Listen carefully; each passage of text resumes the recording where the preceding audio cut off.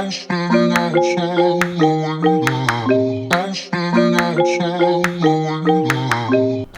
the current standard of today's mid-range smartphones, it is apparent that they are navigating towards selfie-centric devices. Among these smartphones are the Samsung Galaxy J7 Plus and the OPPO F5. Hey guys, this is Kim from Yugatech, and today we will be checking out these two smartphones and see which one will come out on top. The Samsung J7 Plus has this familiar design language akin to its J7 Pro sibling. It has an all-metal unibody and slim side bezels, making the smartphone look and feel premium while being quite hefty. It sports a 5.5-inch display with a 1920 by 1080 screen resolution that amounts to 401 pixels per inch, or pixel density. Its fingerprint scanner is at the menu button in between the non-lit capacitive navigation buttons. The OPPO F5 follows today's trend of 18 by 9 screen aspect ratio smartphones. Its narrow bezels, curved edges, and unibody design makes the device sleek to look at. It has a 6-inch display with a 2160 by 1080 screen resolution that amounts to 402 pixels per inch. The fingerprint scanner for this device is located at the back just under its rear camera. Looking at their displays, there are two major differences on the smartphones. The J7 Plus carries a 5.5-inch screen size with a Super AMOLED type of display. This means that the display being produced will have a sharper image, darker blacks, and brighter whites. As for the F5, it has a 6-inch size with an IPS type of display, which gives off a more natural color. Both display types are good, but the weakness of the Super AMOLED is that it has a risk of burn-in, or the decay of pixel quality over time, while the IPS draws more power from the smartphone. For viewing experience, a larger screen size is most likely favorable for the users. Moving on to their memory and internal storage, they both have the same 4GB of RAM and 32GB of internal storage. One main difference is that the F5 has a dedicated microSD card slot used for expanding the storage, while the J7 Plus uses a hybrid SIM card slot for the extra storage. In terms of performance, the J7 Plus is equipped with a MediaTek Helio P20 processor with a Mali T880 GPU. The F5, on the other hand, has a MediaTek Helio P23 processor with a Mali G71 GPU. We have tested both smartphones' performances via synthetic benchmarks, and this is what we got. Checking out the scores that we got from the Antutu Benchmark test, we can see that there is a 4K difference, which is a considerable amount to say that the F5 is better performing than the J7 Plus.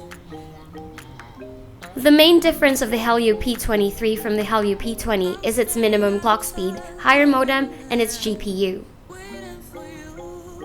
Speaking of which, in terms of gaming performance, the F5 still has the upper hand on this because of its Mali G71 GPU, which is the same as the GPUs of some flagship smartphones from last year.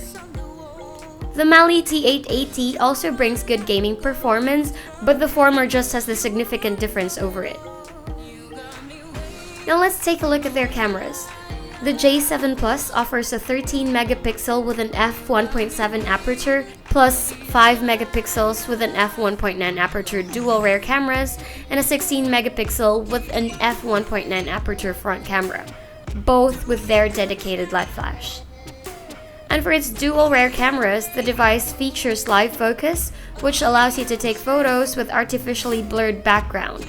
It has the usual camera modes such as Pro, Panorama, HDR, and Night.